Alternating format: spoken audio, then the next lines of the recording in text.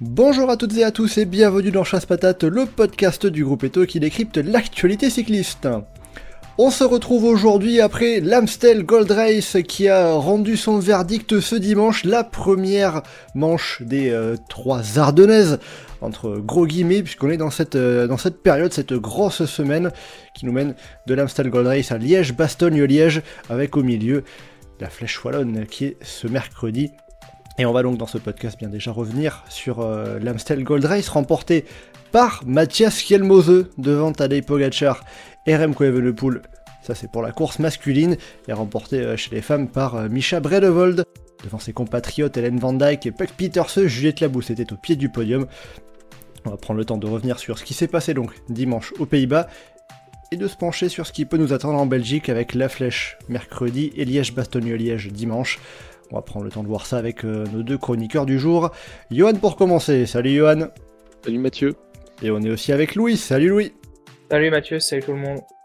Et bien voilà, avec tout ça, vous avez le programme. Attention au départ, chasse patate, c'est parti.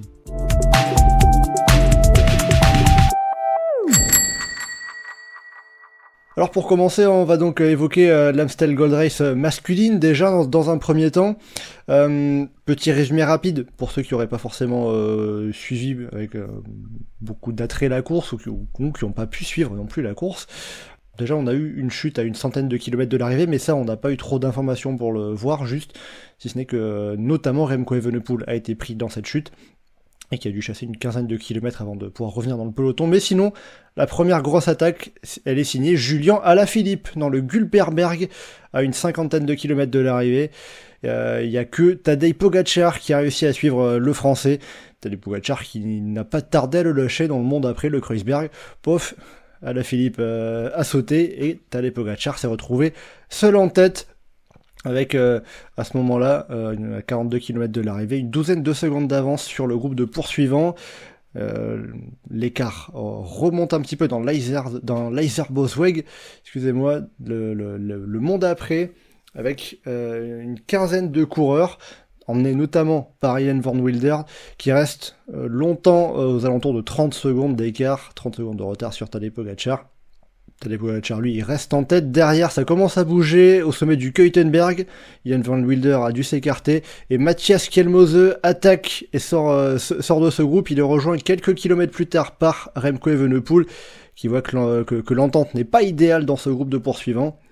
Là, on est à 25 km de l'arrivée. Quand Evenepoel et Kjelmose sont ensemble, il y a toujours à peu près 30 secondes de retard pour eux sur Tadej Pogačar, mais petit à petit, leur retard sur Tadej Pogačar va diminuer, il va y avoir 14 secondes d'écart entre Tadej Pogačar et le duo Evenepoel-Kjelmose au dernier passage sur la ligne avant l'arrivée. Après le Bemelerberg à 8 km de l'arrivée, Tadej Pogačar va être rejoint par Remco Evenepoel et Matthias Kjelmose, et malgré le Cauberg, la victoire se joue au sprint. Remco Evenepoel lance en tête, puis Tadej Pogačar le dépasse, et c'est sur la ligne que Matthias Kjelmose vient sauter le champion du monde, le Slovène, d'un tiers de roue à peu près, mais ça suffit pour que Matthias Kjelmose remporte cette Amstel Gold Race devant Tadej Pogačar et Remco Evenepoel. Le groupe de poursuivants est réglé par Wout van Aert, encore, je serais tenté de le dire 4ème, devant Michael Matthews, et 2 Français, Louis Barret 6ème, Romain Grégoire 7ème. Voilà pour les bonnes performances de nos coureurs français, on y reviendra un petit peu plus tard. Alors déjà, qu'est-ce que vous retenez de cette Amstel Gold Race 2025, avec donc cette victoire de Matthias Kjelmose devant Tadej Pogačar et Remco Evenepoel, Tadej Pogačar qui s'était retrouvé en tête à 50 km de l'arrivée à peu près. Vous en avez pensé quoi de cette Amstel ? Après, je trouve que c'est dans la continuité de toutes les classiques qu'on a un peu depuis le début de saison, où on s'attend à ce que ça soit absolument affreux et que ça soit plié à très loin de l'arrivée, qu'il n'y ait rien d'intéressant qui se passe. Et où des coureurs arrivent à revenir parce que apparemment cette année il y a beaucoup de vent de face sur les courses. Et où il se passe des choses intéressantes et où ça peut...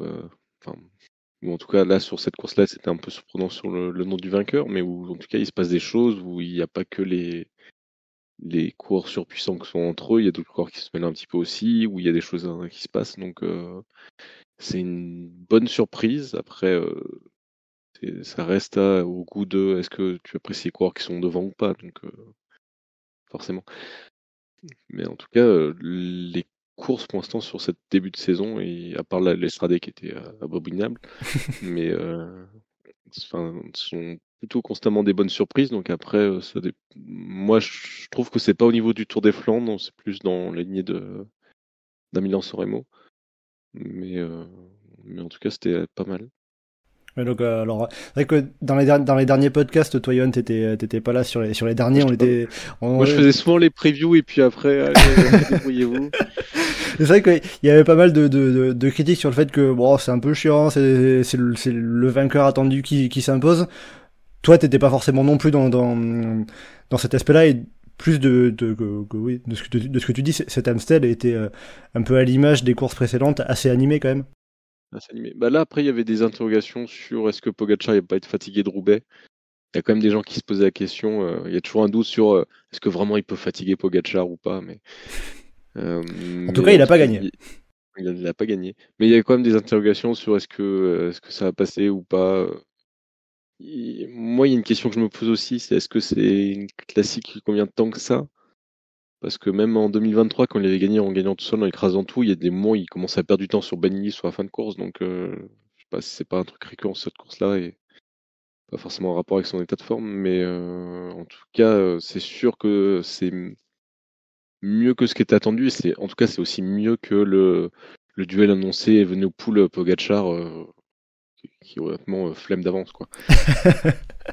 C'est comme, non, mais c'est comme sur le Tour des Flandres, en fait. Le fait qu'il y ait des outsiders tout d'un coup qui se mettent au milieu, en fait, ça rend le truc plus naturel, ça refait un peu du vrai vélo et c'est plus intéressant quand même, quoi. Ouais, donc c'est un peu ce que t'as dit à la fin, le côté où la course était principalement mieux que ce qu'on pouvait en attendre. C'est surtout ça que tu vas pouvoir En fait, retenir un peu. c'est un peu le problème du vélo masculin de maintenant, c'est qu'on part de chaque course avec des espérances très très très très basses. Donc forcément, si t'as une bonne course, c'est bien, quoi. Mais... Donc on va arrêter d'être pessimiste. Ou alors on peut se dire au contraire, faut être pessimiste pour profiter de la course. Bah, honnêtement, deux écoles. Tu finis la saison dernière, tu dis cette saison qui va arriver, Pogacar il va tout gagner, il va tout écraser, ça va être abominable. Je pense qu'on partait pas dans cette optique d'avoir des classiques regardables que tu peux revoir, que tu as pu prendre plaisir à suivre à ce moment-là, quoi. Donc, on s'attendait vraiment à la même purge que l'an dernier, donc ça c'est plutôt des belles surprises. Toi Louis, où est-ce que tu te situes après cet Amstel, justement? Bah, pour le coup, la semaine dernière, je reprochais à Paris-Roubaix que la course était pliée avant la dernière heure, que bah, globalement la dernière heure on s'était ennuyé, etc. Bah là pour le coup, on a eu un scénario où ça s'est joué jusque dans les derniers mètres, où on a pu penser à un moment donné que bon bah ça y est, Pogacar il est tout seul, c'est plié, merci, au revoir, on peut remballer. Et donc finalement, bah, ce qui est encourageant, c'est que des coureurs ont cru que c'était pas fini, peut-être même s'en sont pas rendus compte au début quand ils sont partis. Ben, je pense au moment où Remco et Chalmoseux, quand ils partent, c'est peut-être pas, ils pensent peut-être pas à jouer la victoire, mais peut-être plus à sécuriser une place sur le podium. Et au final, ils se retrouvent à jouer la victoire. Donc ça a donné un scénario de course haletant, un beau final avec un sprint où on pensait que ça allait y aller vers deux favoris. Puis finalement, c'est le troisième larron qui en a profité. Donc après voilà, chacun appréciera ou pas que ce soit Chalmoseux ou un autre qui gagne, mais en tout cas, on a eu un scénario de course, enfin en tout cas un final de course que je trouvais plus intéressant par exemple qu'un Paris-Roubaix ou même que le round 2.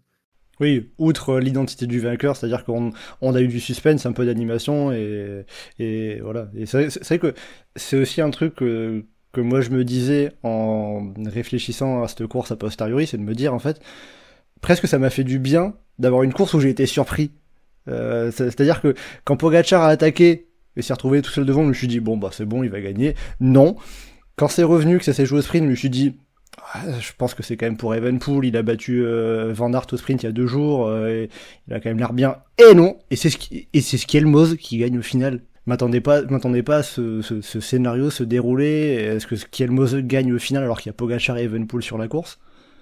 Donc ouais, le côté où ça fait du bien d'avoir un peu de surprise et de se dire bon oui, certes ces dernières courses c'était San Remo, c'était Van Der Poel, le Tour des Flandres c'était Pogačar, Paris-Roubaix c'était Van Der Poel, mais ça reste le cyclisme, il peut se passer plein de choses et on peut être surpris et ça fait du bien parce que je sais qu'on a vu quelques remarques sur les derniers podcasts qu'on pourrait être un petit peu pessimiste, un peu aigri par rapport à tout ça. Ça fait du bien de voir que il peut quand même tout se passer, ça reste le cyclisme. Et moi, ça m'a fait du bien de voir ça, outre l'identité du vainqueur, de ceux qui étaient 2-3, etc. Mais d'avoir un peu ce côté surprise et qu'il pouvait se passer plein de choses, c'était quand même pas mal. Et c'est vrai que par rapport à ça, le côté justement peut-être entre guillemets un peu surprise, on verra ça par rapport à ce qu'est le Moseux, j'avais noté sur le forum, on a les pronostics avant chaque grande course, on avait été 27 à participer, à donner le top 10. Mathias Kielmosen n'avait été cité que 5 fois. 5 fois sur 27, sur 27 votes, et pas plus haut que la 8ème place. Donc ça illustre un peu à quel point peut-être Mathias Kielmosen n'était pas forcément très attendu.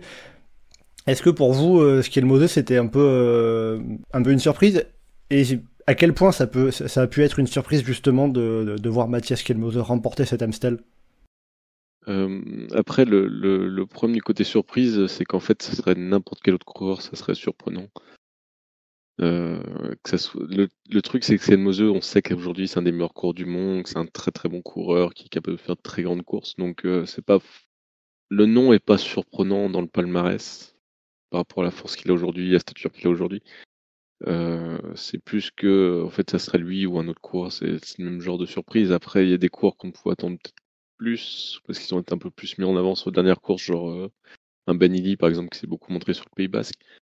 Le côté surprise, c'est plus que la victoire ne soit revenue ni à Tadej Pogačar, ni à Remco Evenepoel. Oui, c'est ça, encore, ça aurait été Wout van Aert ou d'autres coureurs comme ça, limite, on aurait pu s'y attendre. Là, c'est juste qu'il n'était pas dans le viseur direct des gens, et du coup, c'est ça qui fait, ce qui surprend après coup. Il n'y a personne que ça fait tomber de sa chaise de dire Kielmosen a gagné Amstel Gold Race, donc je pense. Mais... Oui, non, ça reste quand même, ça reste pas n'importe qui, ça. Ça c'est sûr. Ça aurait été Louis Barry qui gagne l'Amstel Gold Race. Là, effectivement, ça aurait été, là, ça aurait surpris plus de monde. Mais... Oui, qui a fait une très belle course, mais qui a forcément moins de références sur ce genre de grandes courses que Mathias Kielmosen. Ça, ouais. Louis Barry qui est quand même 6ème. On en reparlera tout à l'heure quand on évoquera le cas des coureurs français. Louis, si on regarde un petit peu d'ensemble sur cet Amstel Gold Race, qu'est-ce que toi tu retiendrais le plus entre, d'un côté, la victoire de Kielmosen, deuxième point, Tadej Pogačar qui est battu, et troisième point, Remco Evenepoel qui réussit à revenir sur Pogačar alors que Pogačar était seul en tête. Bon, je dis Evenepoel, il y avait aussi Kielmosen, mais Kielmosen dit lui-même que c'était plutôt 80-20 en faveur d'Evenepoel l'effort. Qu'est-ce que toi tu retiendrais le plus entre ces 3 points que moi j'ai identifiés comme les points principaux de cet Amstel Gold Race? Déjà, je trouve qu'il y a quelque chose à retenir, c'est que au-delà que ce soit Remco ou Kielmosen qui reviennent, c'est que Pogačar, tu peux le rattraper. C'est-à-dire, il peut partir. Il y a peut-être 95% de chances qu'il aille au bout une fois qu'il est parti solo, mais là, hier, on a eu ce cas de c'est 5%, ou peut-être que ça sera... en fait, faut dans la tête des gens, ça soit plus, mais que Pogačar, c'est pas parce qu'il a 20 secondes d'avance, 30 secondes d'avance, que c'est forcément gagné, et qu'en courant de façon intelligente, tu peux le reprendre. Parce que pour X ou Y raison, il est peut-être plus fatigué, il y a du vent de face, puis même tu sais jamais, il peut avoir un problème mécanique, il peut avoir une fringale, tu sais pas trop ce qu'il peut avoir, et que le vélo c'est jamais terminé, et je trouve qu'on avait un peu perdu cet espoir-là sur ces derniers temps. Après, il faut dire que Pogačar nous l'a fait perdre aussi, hein, parce que mais... ça arrive pas souvent. Certes, il y avait le Lioran l'an dernier sur le Tour. Sinon, je crois que j'avais vu quelqu'un faire la remarque que sur les grandes courses d'un jour, fallait remonter au Mondial 2020 pour voir Pogačar repris après avoir attaqué. Ouais, mais c'est ça. Mais c'est que nous les premiers, on avait perdu cet espoir. Je sais pas si on peut parler d'espoir, mais de se dire alors même s'il a 30 secondes d'avance, c'est peut-être pas fini. On l'avait plus ce truc-là. Et je pense que même au sein du peloton, je pense qu'il peut y avoir des coureurs. Si tu leur demandes très honnêtement, ils diront ah bah c'est bon, Pogacar, déjà il va gagner et en plus une fois qu'il est parti, c'est fini. Alors que là, typiquement, on a eu l'effet inverse, c'est que peut-être par excès de confiance ou autre, il s'est fait reprendre et il s'est fait avoir à son jeu et il a été battu. Après, oui, il y aura peut-être d'autres choses à retenir, mais pour moi, le fait majeur de cette course-là, c'est que Pogacar est parti. On a eu l'impression que c'était plié et en fait pas du tout. Et en fait pas du tout, c'est revenu derrière. Pour toi, Johan, ça serait quoi l'élément majeur principal de cet Amstel entre les 3 éléments que j'ai pu présenter? Non, mais pour moi, je suis d'accord sur le côté élément majeur, c'est Pogacar qui se fait rattraper. Après, ce qui quand même est récurrent un peu cette saison, ça fait quand même 3 fois, mais Qu'on se mette d'accord, tu penses à quoi? Parce que, alors, Sanremo, ok, Milan-San Remo, Tour des Flandres. Milan-San Remo parce que Ghana revient et Tour des Flandres parce qu'il y a quand même les Jumbo qui reviennent pendant très très très très très longtemps alors qu'il y a quand même plusieurs fois l'écart qui s'était fait. Mhm. Mais en tout cas, oui, on n'est plus forcément dans la configuration du championnat du monde l'an dernier. Et après, il faut voir aussi le côté où là, il enchaîne pas mal les courses. Ce à quoi il nous avait pas forcément habitué l'an dernier, où les courses étaient quand même très sélectionnées, mais notamment parce qu'il y avait le doublé Giro Tour qui était en vue. Est-ce que, Là, il enchaîne. est-ce que justement, il n'y a pas ce côté où, même pour Pogacar, ça devient un peu trop présomptueux de vouloir faire à fond Sanremo, le Tour des Flandres, Paris-Roubaix, puis Amstel, Il joue la gagne à chaque Flèche-Liège. fois, donc ça va. Non, non, en fait, c'est pas tellement ça, c'est plus le côté où il n'a pas des pics de forme aussi hyper marqués sur chaque course que là, forcément, il enchaîne, donc tu as un niveau un peu plus constant, forcément. Donc, en tout cas, ça rend un peu plus intéressant. J'ai l'impression que la concurrence est plus forte aussi, de manière générale, qu'ils ont plus de capacité à répondre, plus de capacité à venir frotter.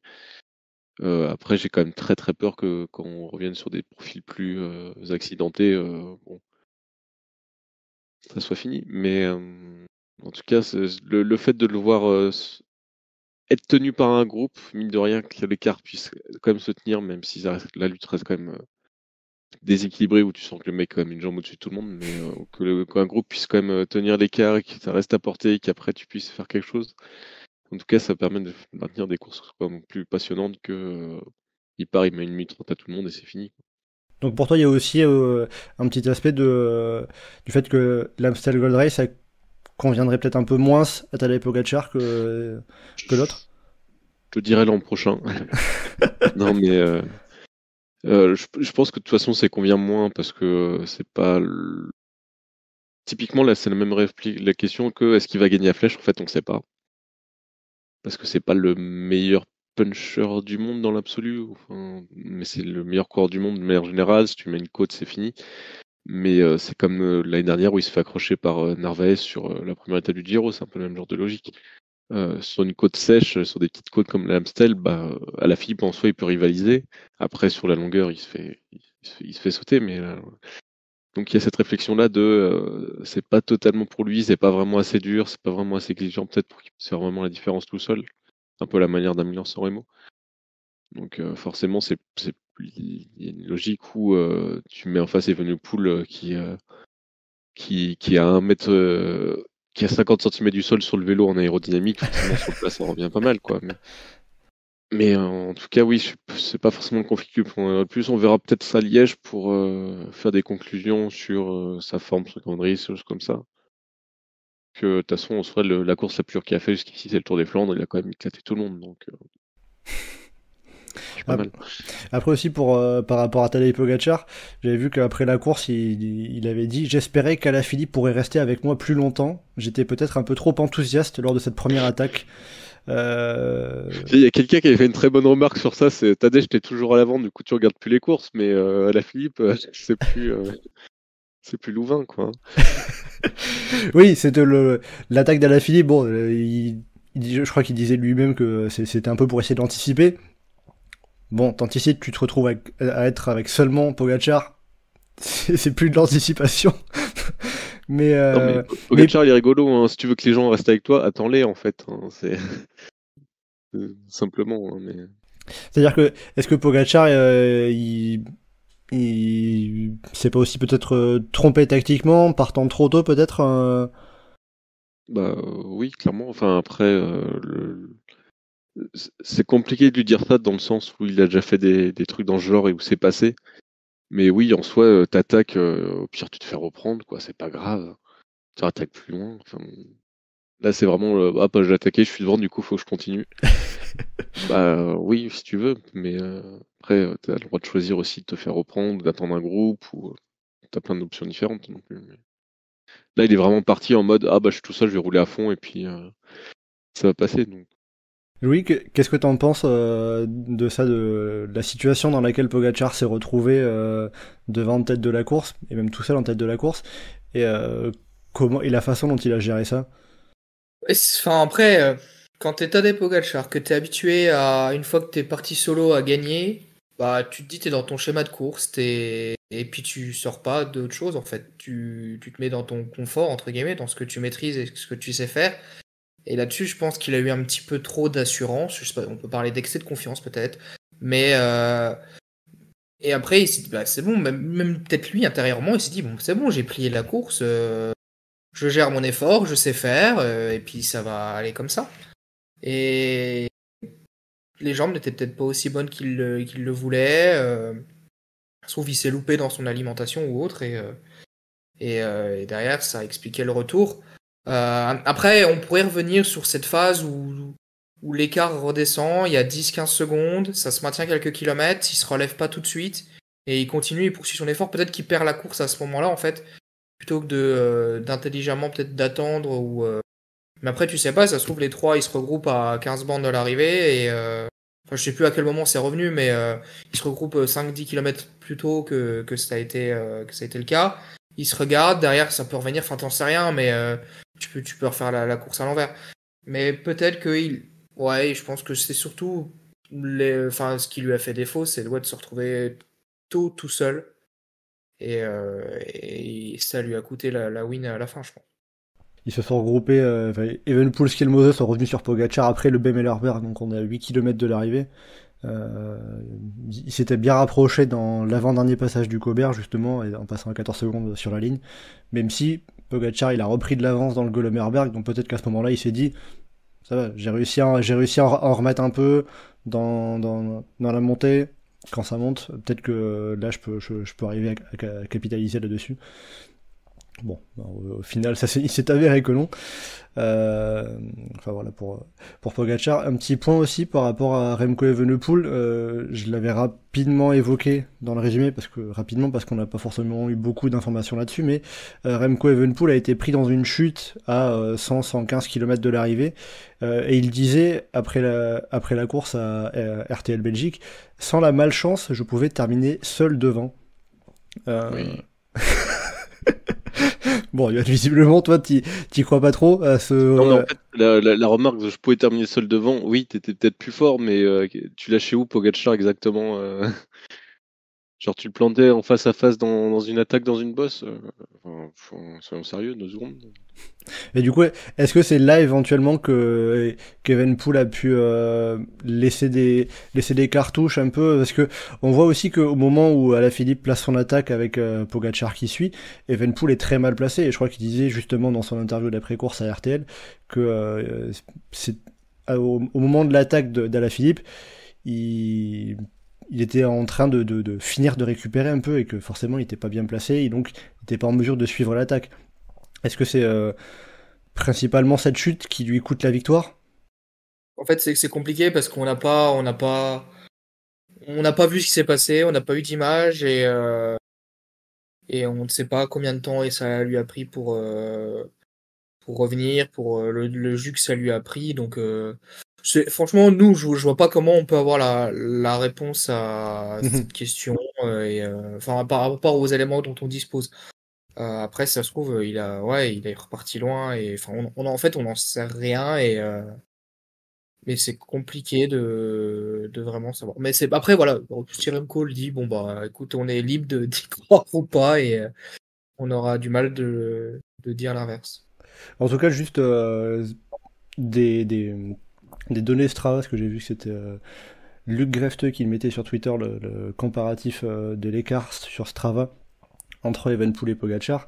Evenepoel, il est reparti de sa chute, il avait 1 minute 30 à reprendre au peloton, et ça a mis une quinzaine de bornes pour rentrer dans le peloton. Donc voilà. Quand même. Oui, voilà. Ouais. Avec des photos que j'ai vues un petit peu sur Sportza, il était principalement, voire quasiment que avec Mauri Van Sevenant. Ce qui peut expliquer aussi qu'après derrière, alors il doit y avoir peut-être aussi d'autres équipiers, mais qu'après il se retrouve dans le final avec seulement entre guillemets Ilan Van Wilder. Ça fait partie des éléments aussi qui peuvent jouer, mais c'est là aussi où on voit que d'avoir Mauri Van Sevenant qui peut servir à ce moment-là de la course, et d'avoir quand même encore un Ilan Van Wilder qui peut aider déjà à ne serait-ce que stabiliser l'écart pendant une quinzaine de boards une fois que Pogačar a attaqué. Une équipe, ça peut être très utile. Peut-être que c'est aussi ce qui peut manquer à Tadej Pogačar, de savoir utiliser un petit peu ses équipiers. Mais pour ça, c'est encore autre chose. Un autre petit point aussi, parce que Louis, tu avais rapidement évoqué le sujet, par rapport aux coureurs qui peuvent se dire un peu battus d'avance par Tadej Pogačar. J'avais vu une déclat de Wout van Aert que je trouvais particulièrement intéressante, et justement je voulais pas ne pas l'évoquer quand même, parce que c'était assez frappant. Il disait, je crois que c'était à la dernière heure, c'est dommage que je n'ai pas réagi au mouvement de Remco, en fait je pensais que Pogačar était déjà parti pour la victoire, j'aurais dû y croire davantage à ce moment précis. Aussi fou que cela puisse paraître, le Slovène n'est pas invincible, c'est ça l'info du jour.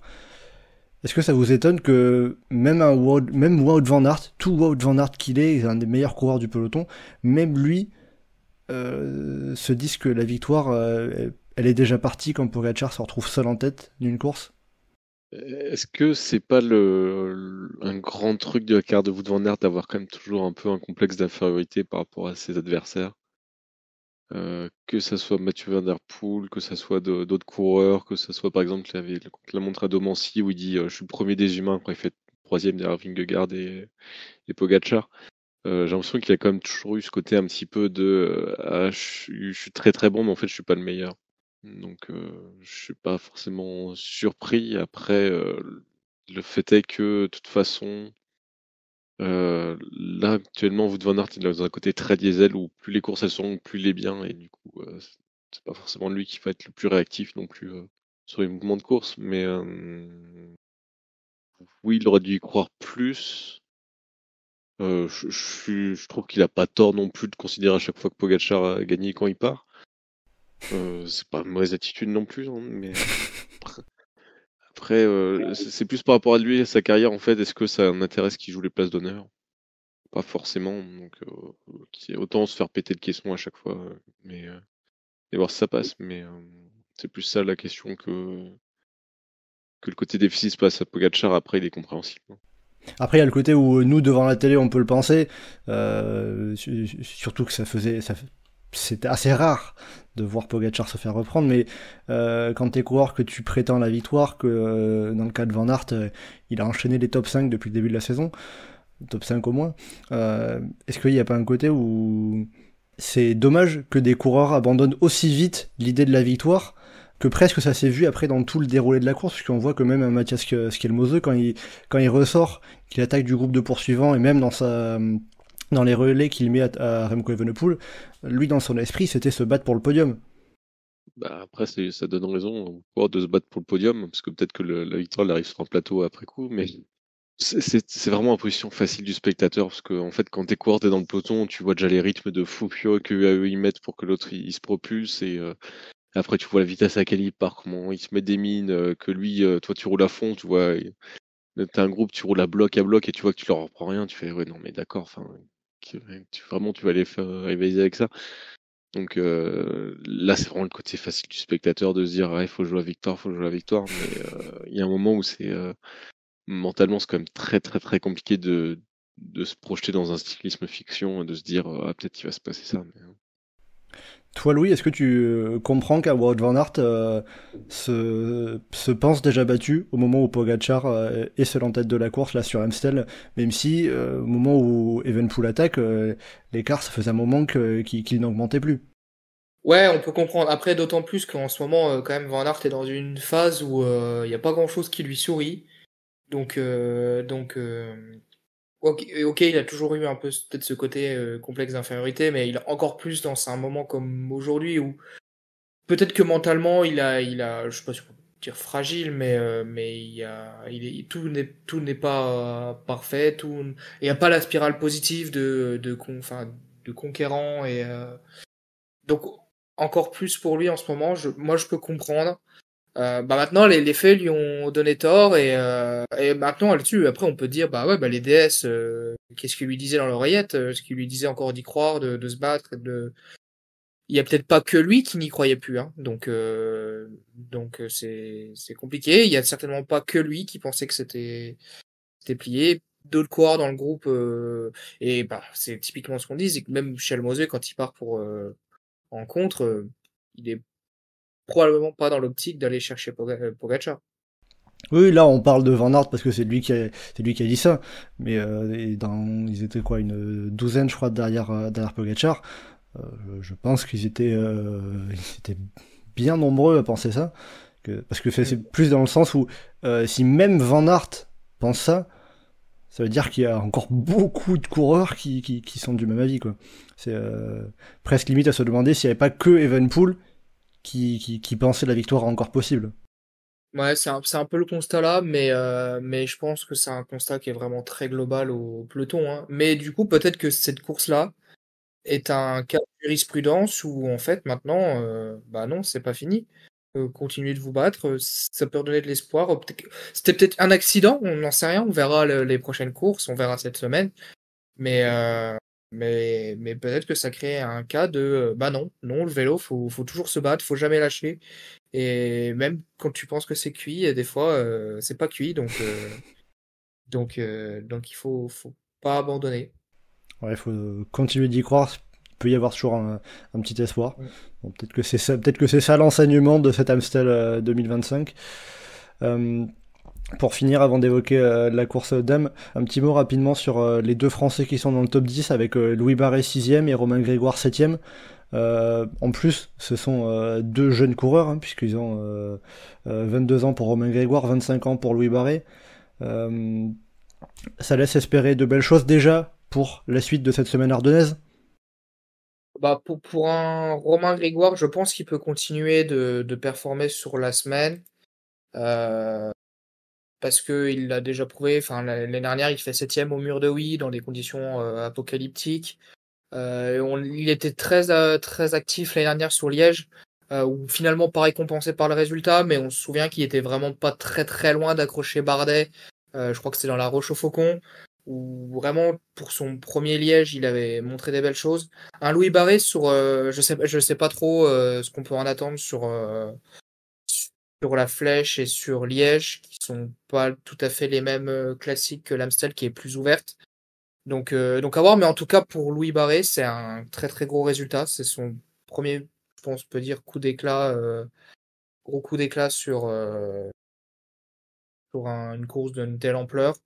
Donc c'est deux bons résultats pour les Français. Maintenant, à voir ce que ça peut présager sur la Flèche wallonne et Liège, qui sont pas tout à fait le même style de classique, qui sont peut-être encore plus relevés, enfin qui sont même plus relevés. Et donc à voir. Oui, après forcément sur la Flèche wallonne et Liège, on a davantage de dénivelé. Bon, la Flèche wallonne, ça se joue sur le mur de Huy. Liège, c'est davantage de dénivelé avec des montées qui sont plus longues que sur l'Amstel où ça doit pas dépasser le kilomètre, pas de beaucoup. Donc voilà, c'est forcément des parcours, des schémas un peu compliqués. Et on en revient aussi au fait que géographiquement, l'Amstel Gold Race n'est pas une course ardennaise. Geoffrey n'est pas avec nous dans ce podcast, mais il a suffisamment évoqué par le passé. C'est plutôt géographiquement dans le Limbourg. Voilà, je laisserai les professionnels férus de géographie s'emparer du sujet. On va évoquer également rapidement l'Amstel Gold Race femme, qui a donc été remportée par Mischa Bredevold en solitaire devant Hélène Van Dijk, Puck Pieterse et Juliette Labousse, qui est venue prendre la médaille en chocolat, la 4e place. Bon, pour vous faire le résumé, c'est pas forcément très évident, puisque quand on a pris l'antenne à 40 km de l'arrivée, c'était déjà bien décanté. On arrive juste à comprendre globalement que le groupe de 20-30 coureuses avec donc ces 4 coureuses là, également Sylvia Persico qui est 5ème, Il y avait principalement, on va dire, des seconds couteaux, des outsiders, mais aussi Lorena Vibus.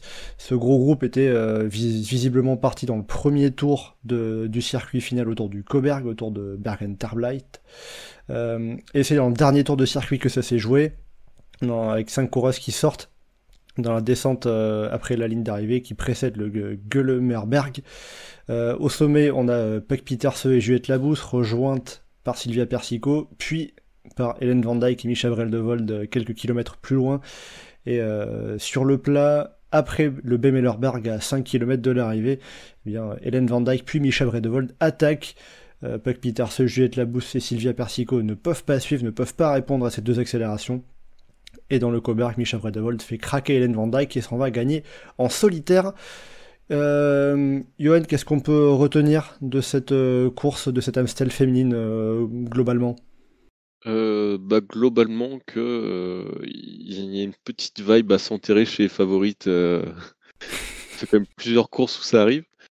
Ce qui est honnêtement pas désagréable. Hein. C'était assez sympa sur le Newsblad. Là, c'est aussi sympa d'avoir un groupe de... Pas forcément de sadieuses, hein, parce que des Labous, des... Oui, c'est quand même des beaux noms, mais c'était pas forcément les premières cartes de leurs équipes, quoi. C'est pas forcément les premières cartes, mais en tout cas, ça fait assez plaisir d'avoir des courses un peu qui changent et des scénarios complètement différents que ce qu'on peut attendre. Donc, si t'es fan de Juliette Labous, pour le coup, c'était festival parce que tu l'as vu partout pendant 30 bornes. Le résultat final fait pas forcément ça, mais en tout cas, c'était hyper chouette à suivre. Je sais pas si on peut en retenir quelque chose parce que on savait que Juliette Labous était très forte parce qu'on a vu l'Estradé, on savait que Micha Brede-Vold était capable de jouer de coups parce que contrairement à Nicolas G qui dit elle va gagner sa première classique à l'arrivée, non, elle a gagné le Grand Prix de Plouay qui est plus grosse classique d'ailleurs que l'Amstel Gold Race chez filles, mais c'est pas grave. Mais en tout cas, il n'y a pas forcément d'enseignement à tirer parce qu'en fait, il n'y a pas eu de choses surprenantes entre les coureuses ou de choses qui passent. Mais en tout cas, c'était un beau final. Vraiment la partie où elles sont toutes une par une dans le Coburg à fond la caisse, ça c'est vraiment hyper chouette à voir. Ça manque dans le cyclisme masculin par exemple. Mais en tout cas, vraiment, c'était une belle course, bien chouette, bien intéressante, avec des rebondissements. Après, un peu amputé d'une grosse partie, mais en même temps, sur l'Amstel, c'est quand même très courant que tu aies un live text qui te dit le peloton est en 5 parties et qu'après, reprise de course, elles sont toutes ensemble. Mais en tout cas, c'était une belle course, belle entrée en matière avant la course des hommes juste derrière. Donc, Ouais, ça nous a pas. On a eu deux scénarios vraiment différents, avec d'un côté les favorites qui se neutralisent et de l'autre les favoris qui se bataillent devant. Mais ouais, ça nous a fait un scénario assez particulier, atypique sur cette Amstel féminine. Pour Juliette Labous aussi, est-ce que cette Amstel, cette course de dimanche là, c'est pas le meilleur exemple de ce qu'elle peut obtenir, ce qu'elle peut faire en étant avec Demi Vollering dans son équipe? Parce qu'on en avait parlé, il y avait un peu la question quand elle est arrivée avec la néerlandaise chef des Suez, de se dire ouais, mais alors maintenant elle va courir avec Demi Vollering, peut-être que ça va un peu la brider. Est-ce que c'est pas justement le meilleur exemple de, en profitant d'avoir Vollering comme leader numéro 1 dans l'équipe, de s'ouvrir des portes davantage? alors, pour le coup, sur cette course-là, je trouve pas. Je trouve que là, elle profite du fait de pas être leader unique et pas spécialement qui Vollering. Ok. Je pense que la même course avec Evita Music et Elise Chabet, je suis pas sûr que ce soit très différent. Là, c'est de plus être toute seule enfin, c'était pas forcément toutes les courses comme ça, mais en tout cas, chez DSM, où elle était souvent leader unique, à devoir gérer son effort, essayer de faire une place, assurer, pas forcément des points, parce que la question de maintien se posait pas vraiment chez les filles, mais de devoir un peu composer sur un côté, je dois quand même faire un résultat bien classé et pas me péter le caisson quoi qu'il arrive. Là, elle peut partir dans l'échappée, au pire, elle éclate plus tard, c'est pas très grave, parce qu'elle sait qu'il y a des filles derrière. Euh, pour profiter de Vollering, il aurait fallu que Vollering soit dans le groupe derrière et qu'elle parte et qu'à Vollering contrôle les attaques, quelque chose de plus typé comme ça. Là, c'est vraiment un scénario différent où elle était échappée loin devant, mais en tout cas, il y a quand même un côté très clair que passer à FDJ, ça lui a fait du bien. Physiquement, ça lui a fait du bien. Moralement, là, elle a l'air quand même très très épanoui et que le côté c'est plus tout moi sur mes épaules toute seule, ça l'a quand même franchement libéré sur les courses et que ça donne des courses très très chouettes de l'avoir attaqué comme ça à plein de reprises à fond et puis de tout donner donc c'était très beau à voir. Ouais, ça fait plaisir, elle nous a fait vibrer. Dans le dernier Coburg, on se dit, est-ce qu'elle va pas aller chercher Van Dyke, Bredevold? Bon, elle est allée chercher Van Dyke, c'était déjà bien. Il n'y avait pas forcément le punch suffisant pour lâcher tout le monde, mais elle a fait mal à Puck Peterson, par exemple, ne serait-ce que dans le Coburg, donc c'était déjà plutôt pas mal. Surtout quand on en revient au côté, c'est pas la course qui convient le plus non plus. Là, tu prends une rouleuse grimpeuse qui est habituée à un côté un peu diesel, des efforts longs, un truc comme ça, et tu la mets sur des petits machins qui durent 2 minutes. Oui, c'est sur le papier, ça colle pas trop. Là, sur le papier, c'est pas ça. Donc là, t'as quand même envie de te dire, attends, sur Liège, qu'est-ce que ça va donner? Parce que là, ça peut être assez intéressant à suivre, quoi. Bon, bah ça peut ouvrir de belles portes, de belles perspectives. Puis chez FDJ, il y a la Boost, il y a Vollering, mais il y a aussi pas mal d'autres cartes. Alors on a évoqué les courses qui se sont passées le week-end dernier, on va se pencher maintenant sur ce qui est à venir avec déjà chronologiquement la Flèche Wallonne ce mercredi. On va pas forcément y passer une demi-heure parce que ça serait bien plus long que la course que l'on a généralement, même si l'an dernier c'était différent. Mais déjà pour la Flèche Wallonne, alors on avait vu l'an dernier une course qui était complètement hors norme par les conditions météo qui est fait que la course s'est décantée extrêmement loin de l'arrivée. Est-ce que là, cette année, avec Remco Evenepoel et Tadej Pogačar au départ, on peut espérer une course qui se joue avant le dernier passage du mur de Huy ou ça devrait se jouer à nouveau sur ce scénario traditionnel de la Flèche Wallonne? Alors, je dirais pas espérer parce que finalement, peut-être que ce qui fait le charme de la Flèche Wallonne, c'est que ça se finisse dans le mur et qu'on ait ce moment explosif full adrénaline qui doit rester une rareté dans la saison, mais qui trouve historiquement depuis quelques années sa place sur cette course.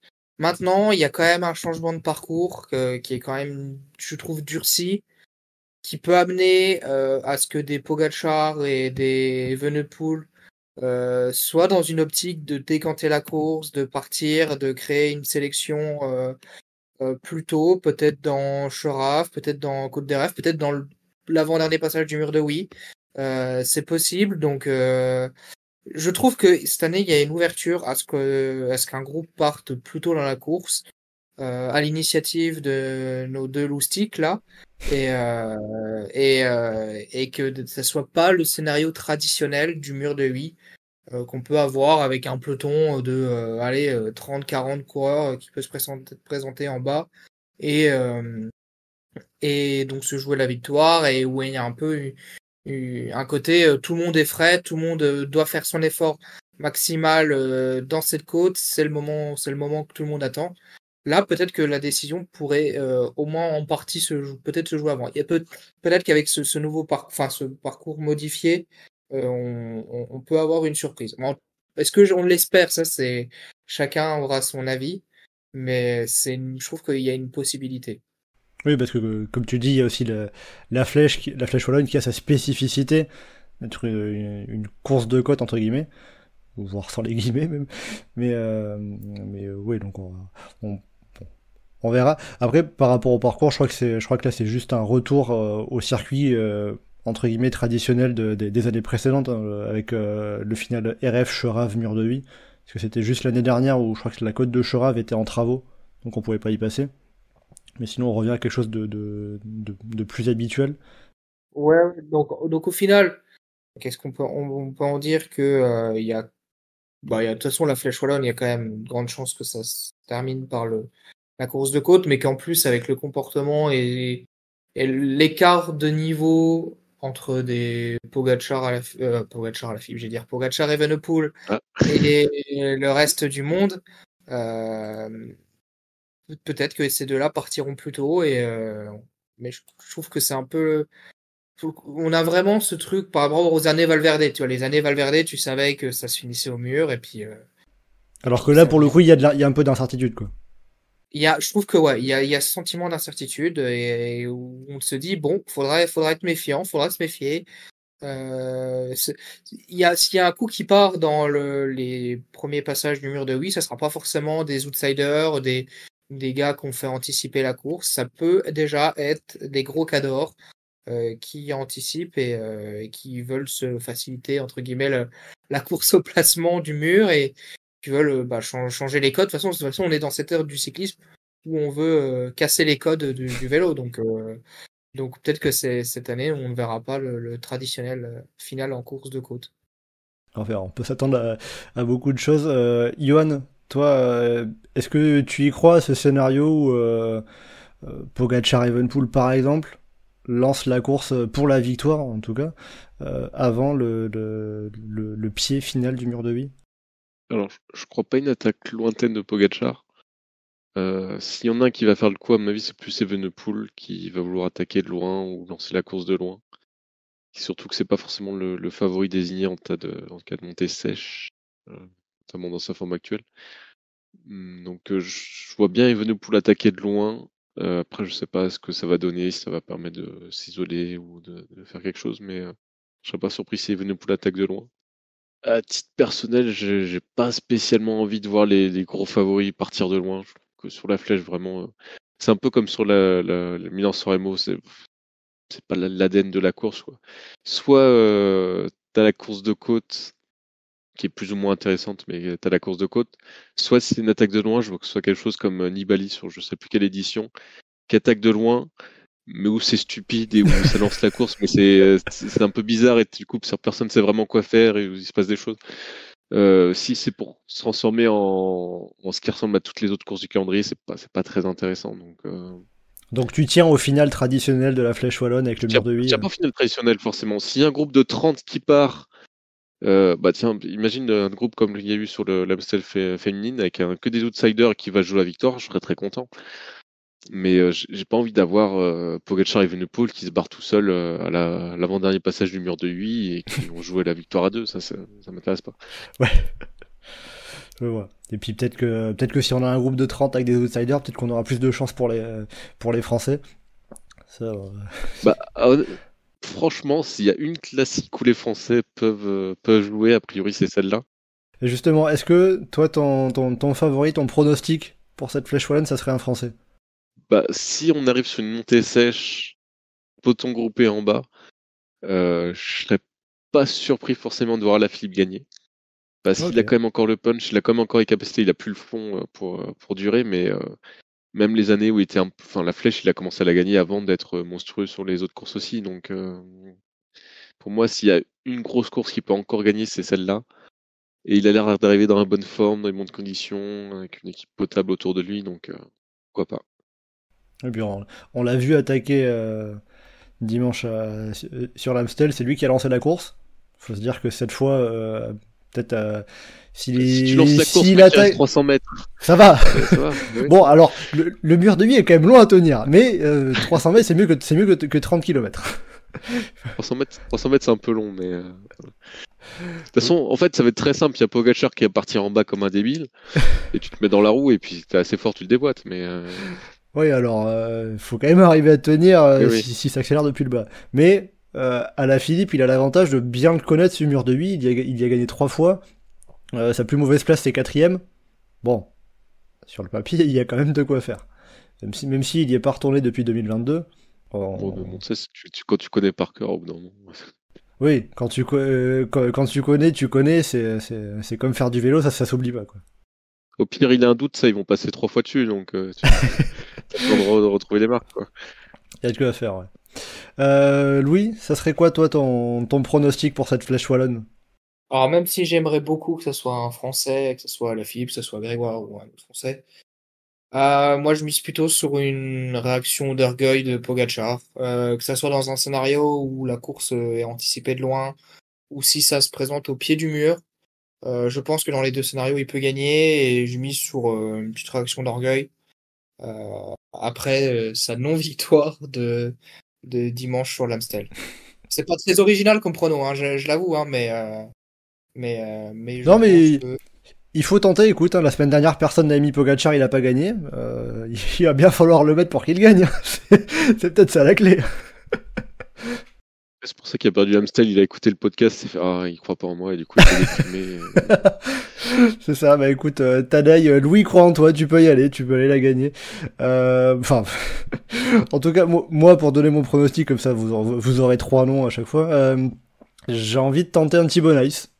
Je l'attendais sur l'Amstel, c'était il a été un petit peu court, peut-être en étant juste sur un effort de pur puncher, ça peut peut-être davantage lui convenir. J'avais vu Mathias Kelmose qui disait si on a bien un pour battre Pogacar, c'est Thibaut Nice. Bon, c'est son coéquipier, c'est peut-être plus facile de dire ça, mais on a vu sur notamment le Grand Prix du Rhin, certes c'est pas la même concurrence, mais ce genre d'effort ça peut très bien lui convenir. Donc je pense qu'il y a de quoi faire pour Thibaut Nice. En tout cas, si je devais citer un Belge, je citerais davantage Thibaut Nice que Remco Evenepoel sur le mur de 8. Sur le mur de 8, en tout cas. Je reste bien sur la Flèche Wallonne.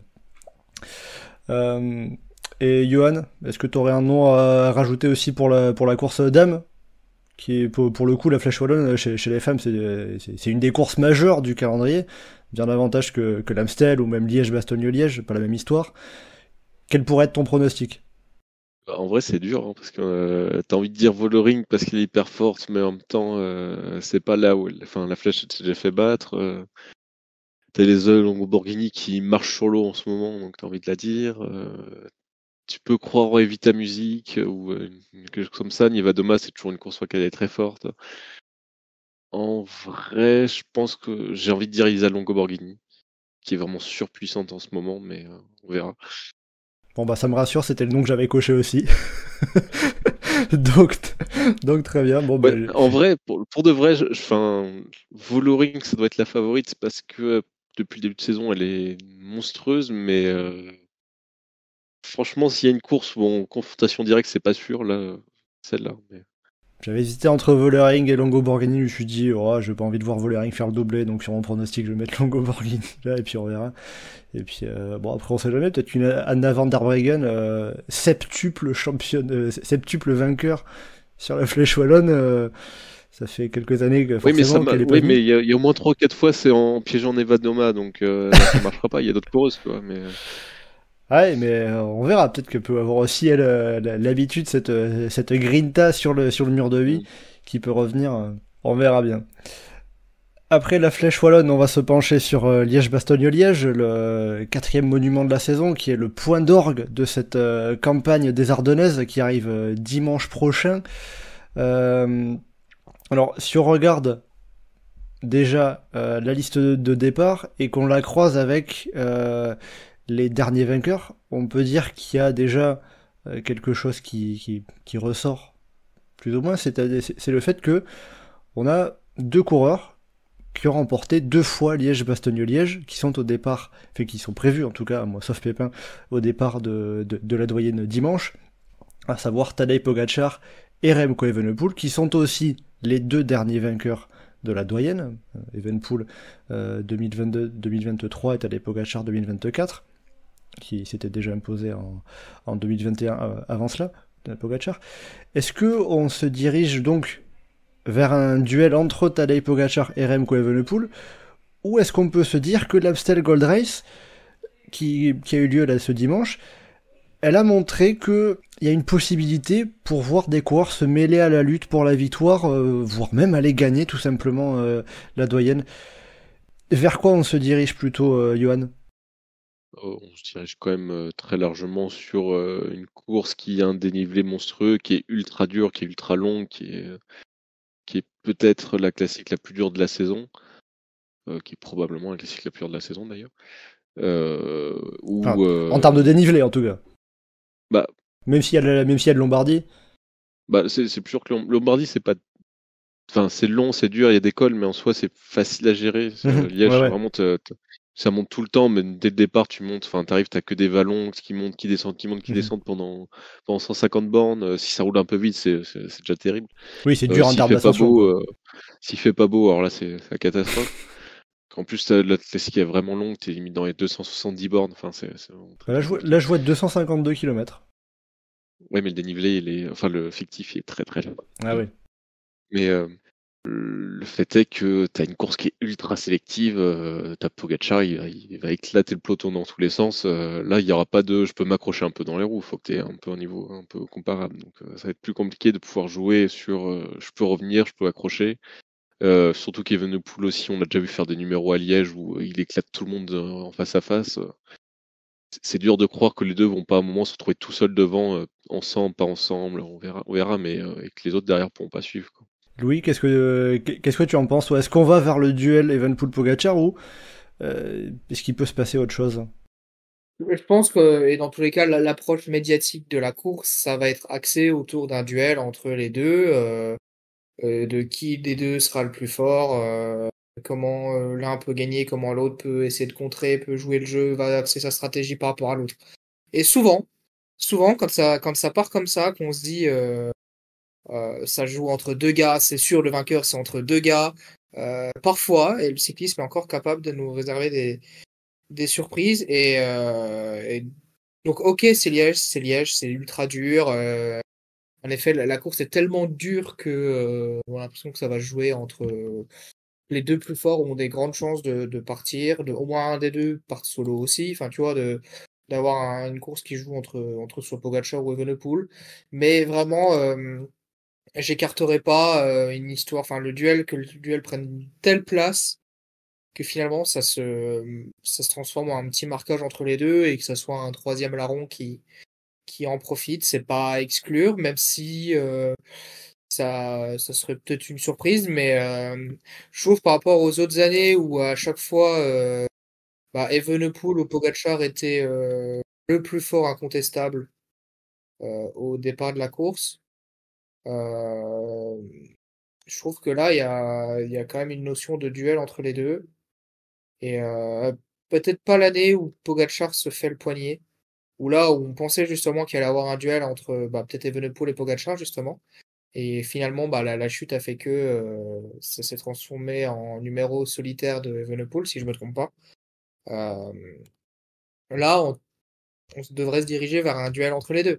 Donc, mais donc situation un peu inédite où ça va être sympa. En plus, il y a cette stat de il y a deux fois le double vainqueur. Tout va être axé sur le duel et ça va prendre une place dans la tête des coureurs, une telle place que bon on peut avoir une surprise quand même. C'est vrai, oui, que au final, Pogacar et Evenepoel n'ont pas été tant que ça en duel annoncé l'un face à l'autre. On avait eu justement le Liège-Bastogne-Liège où Pogacar est victime de sa chute, qu'Evenepoel remporte, mais finalement, du coup, il n'y a pas eu de duel vraiment entre les deux. Euh, voilà, après, on attendait un duel entre les deux l'an dernier à cause de la chute d'Evenepoel au Pays Basque, on ne l'a pas eu. On peut dire qu'on a euh, peut-être un petit peu le mondial de l'an dernier, mais on n'était pas forcément sur un duel uniquement entre Pogacar et Evenepoel. Donc, il faudra voir ça, même si, comme tu dis, il y a peut-être l'opportunité qu'autre chose se passe. Est-ce que même par rapport au fait que tu disais peut-être qu'on peut voir un marquage entre Pogacar et Evenepoel, est-ce que concrètement tu y crois toi déjà à ce que Pogacar ne relaye pas Evenepoel qui soit au marquage, qu'il y ait une situation d'attente enfin, je pose la question parce que Pogacar, dans mon esprit, j'ai pas l'impression de l'avoir beaucoup vu faire ça, quoi. Alors, justement, c'est vrai qu'on a quand même deux gars qui sont quand même pas dans cette tendance de se regarder, de compter leurs coups de pédale, de se dire ah ouais, je me méfie trop de toi. On a deux gars qui sont généreux dans l'effort. Donc en fait, c'est peut-être bien. Typiquement, ça aurait été Pogacar Vingegaard, il y a pu y avoir sur le tour des moments où l'un décide de pas relayer l'autre et du coup ça se regarde, ça revient de derrière. Là, on a les deux gars qui sont peut-être le plus susceptibles d'aller loin dans l'effort. Allez, on peut rajouter un Van Der Poel qui est également très généreux et qui est pas du genre à regarder derrière. Mais il sera pas là. Mais il sera pas là d'ailleurs. Et mais typiquement, pourquoi ça serait pas la première fois, enfin le duel prendrait une telle ampleur que les deux, à un moment donné, ils se diraient putain, mais attends, si je pars avec lui, je suis pas sûr de gagner. Et enfin, même pas convaincu que ça soit une bonne idée de partir avec lui. Et Evenepoel, si ça se trouve, à 10 km, il me mettra une attaque. Ou Evenepoel se dira, ah ouais, mais attends, mais si je vais au sprint avec Pogacar, je sais pas, j'en sais rien, c'est pas une bonne idée. Donc tu peux imaginer, enfin, dans la tête, il peut se passer tellement de choses. Alors on aurait peut-être on a peut-être deux coureurs qui seraient capables de se dire, ah mais au sprint, je le bats, lui, c'est sûr, c'est bon, je pars avec lui. On n'en sait rien, on n'en sait rien. Et quand c'est incertain comme ça, bah c'est parfois comme ça qu'il peut y avoir un marquage entre deux gars. Et ça rendrait cette course un peu différente, en tout cas différente des autres années. Donc à voir. On peut pas écarter ce scénario-là. Et du coup, bah là, typiquement, ce qu'on a vu sur l'Amstel, faut que les coureurs qui ne seront peut-être pas capables de suivre Evenepoel et Pogacar se disent, la course n'est pas finie. Après, on l'a vu un peu sur le Tour des Flandres, le côté Pogacar, il est avec Mathieu Van Der Poel, il veut rouler, mais pas trop non plus. Ce qui est par le côté que Mathieu Van Der Poel, il en a rien à faire de se faire attraper à ce moment-là. Mais là où Evenepoel est plus capable de rouler comme un idiot jusqu'à l'arrivée. Mais en tout cas, Pogacar est capable de se dire je vais compter mes coups de pédale et je vais pas trop en faire et je vais quand même pas tout donner non plus. Après, tu vois, moi je crois plus en Evenepoel pour regarder Pogacar que Pogacar pour regarder Evenepoel. J'ai plus l'impression qu'Evenepoel peut savoir jouer tactiquement, surtout que j'ai l'impression qu'il a un peu gagné en, En subtilité. ouais, voilà, en savoir rester calme pendant la course. C'est quelque chose qui a pu lui porter préjudice, alors que Pogacar ne s'est pas forcément beaucoup retrouvé dans ce genre de situation et a l'habitude de plus de rouler parce que je vais vite, hein, et voilà. Mais forcément, ça peut être une situation qui sera intéressante à voir. Par rapport à tout ça aussi, je me disais, si on regarde les 3 derniers Liège-Bastogne-Liège, aussi bien Evenepoel que Pogacar, sont partis dans la côte de la Redoute, en plaçant une attaque sèche et personne n'a pu suivre. Est-ce que c'est là que ça va être le cœur de la course, là où il va falloir s'attendre à toutes les étincelles dimanche? Après, c'est le problème récurrent du parcours ces dernières années, c'est-à-dire que c'est très très mal tracé. Et tu peux pas faire grand chose avant la Redoute. Donc soit t'attaques vraiment de très très loin, mais comment il s'appelle? T'as Stoke qui est un peu isolé tout seul où tu pourrais faire des choses, mais ça fait quand même très très loin de l'arrivée. Soit vraiment il y a une révolution complète sur comment est courue la course et vraiment ça part. Je sais pas, par exemple là il y a le col de Haussire qui a été rajouté sur la course parce que c'était pas assez dur apparemment. Je sais pas, est-ce que là, Pogacar va demander à ses équipiers de rouler, ils vont se retrouver à 15 ans, ou est-ce que ça va changer quelque chose, je sais pas, mais si tu restes sur un scénario plus ou moins classique avant la Redoute, tu peux pas vraiment attaquer. Donc, Après, il y a quand même quelque chose à prendre en compte, ça sera la météo. Parce qu'on sait qu'un Liège-Bastogne-Liège sous la pluie, c'est pas du tout la même histoire qu'un Liège-Bastogne-Liège au sec. Pour l'instant, les prévisions, elles sont un peu incertaines. On pourrait avoir des surprises liées à la météo, donc ça va aussi décider du sort de la course et du moment où la sélection va se faire. Donc ça sera peut-être beaucoup plus tôt que la Redoute.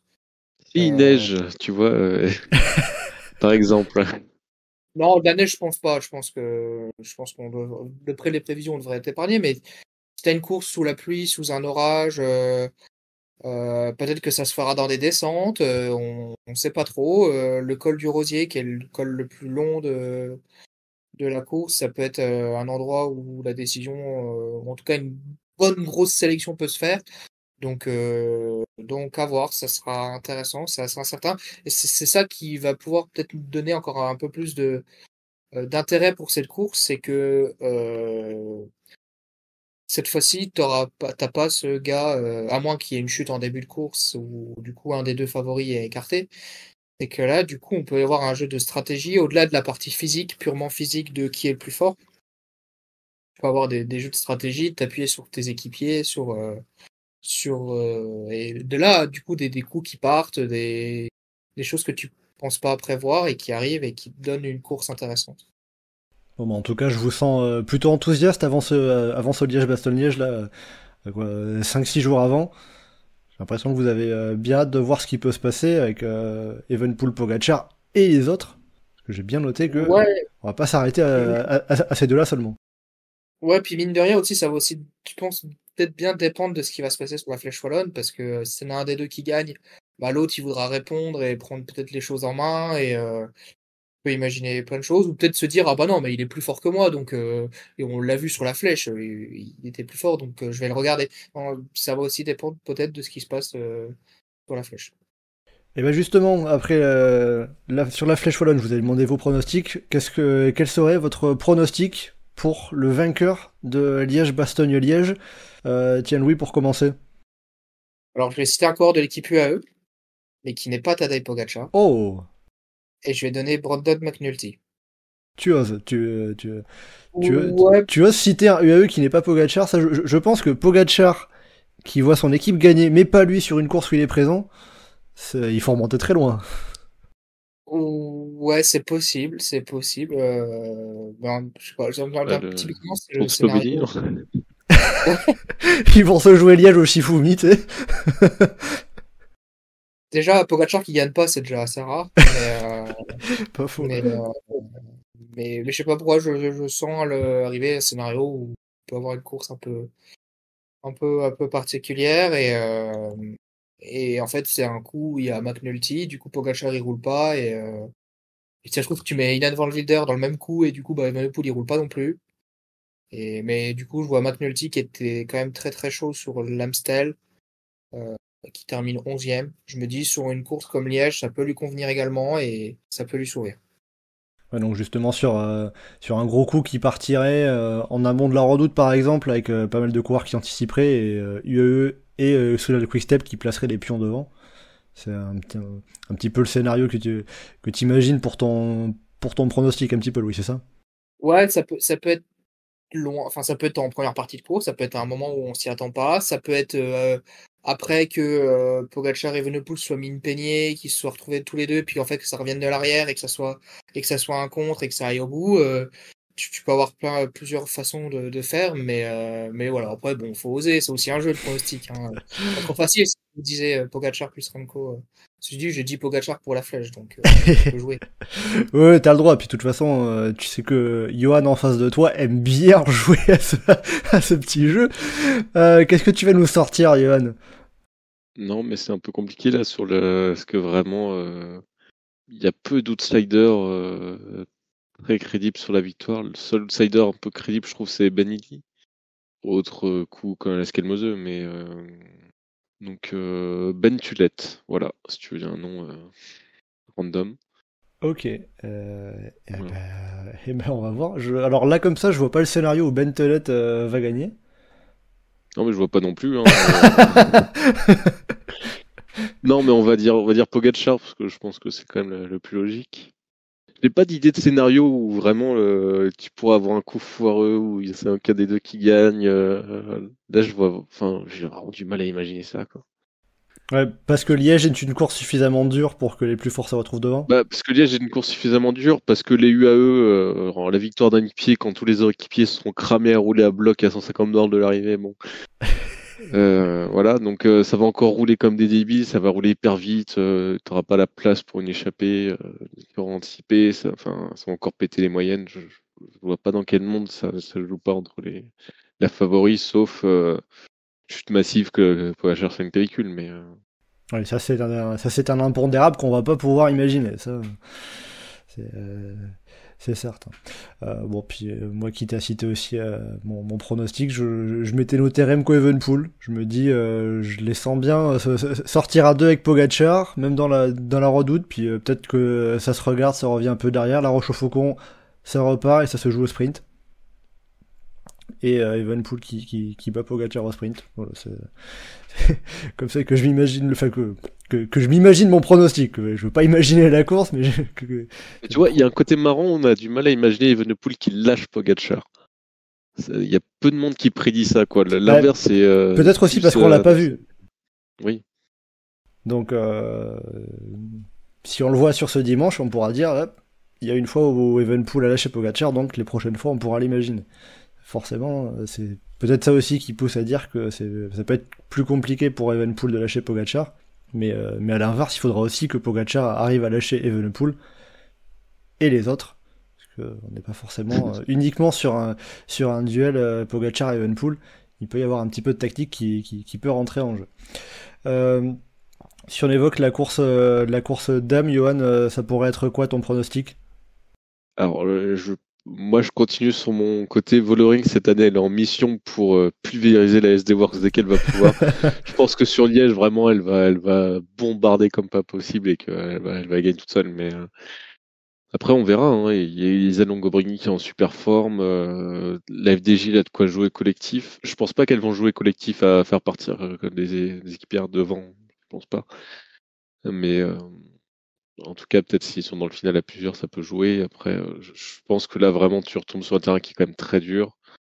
Tu as une course qui est très très en forme. À voir les conséquences éventuellement de la chute sur l'Amstel. Mais la FDJ, ça va être la plus grosse équipe. Ça va quand même être compliqué en face, quoi. Ok, donc en tout cas, là aussi tu choisis le nom que je m'étais noté de côté.